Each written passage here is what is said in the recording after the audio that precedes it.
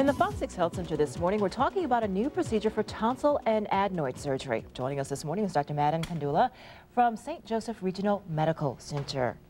Adenoids, tonsils, most of us, we have them until surgery. Correct. But what do they do? Well, what their function is, there's a ring of tissue around the back of the throat, around the back of the nose that's supposed to sort of sample things as we take them in, breathe them in, eat them, and help your body identify those things to fight them off.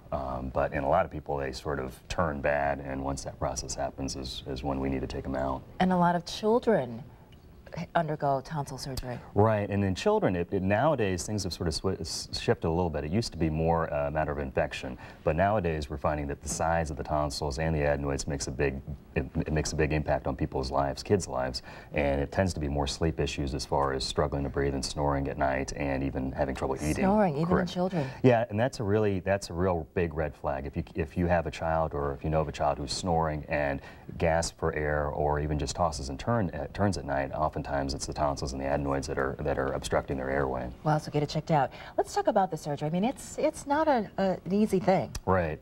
Yeah, it is. Certainly out of all the things I do as far as surgeries to people, it's one of the least favorites. So the fact of the matter is it creates a lot of soreness in the back of the throat. But things have changed here recently, which makes that a little bit better. There's a process called Coblation Tonsillectomy. Correct.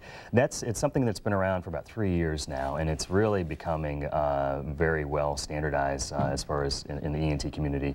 And what that involves, it's a device that creates a lot less heat. It still allows us to do the same surgery as far as taking the tonsils and the adenoids out, but it actually uses natural salt water and creates a lot less damage, a lot less pain. A lot less pain, and that is key. And the recovery then, of course, is a little shorter. Correct. It tends to be about half as long as far as the recovery period, time-wise, and about half as bad as far as the pain and discomfort, which is all the difference in the world. And it also is used for adults. Right, actually, and in adults, there's sort of a myth that tonsillectomy is more painful, and it actually is in adults.